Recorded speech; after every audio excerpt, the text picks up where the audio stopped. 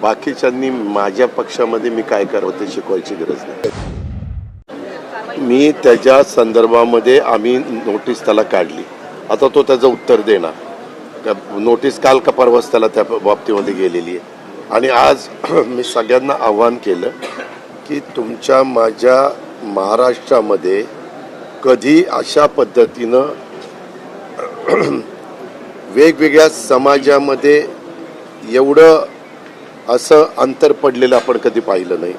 आता प्रत्येक समाजाने काय मागणी करावी हा ज्याचा त्याचा अधिकार आहे. त्या मागणीमुळे दुसरा समाज पण नाराज होणार नाही ही पण खबरदारी घेतली पाहिजे. आता ते त्याच्या संदर्भामध्ये आम्ही त्याच्याबद्दलचं लेखी त्याला मागितलेलं आहे.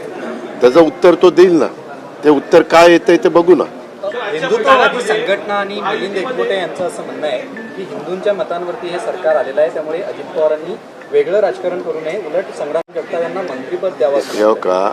बाकीच्यांनी माझ्या पक्षामध्ये मी काय करावं ते शिकवायची गरज नाही. ते मी, मुख्यमंत्री देवेंद्रजी आणि एकनाथराव आम्ही तिघं बसून त्याबद्दलचं ठरवू. समजलं?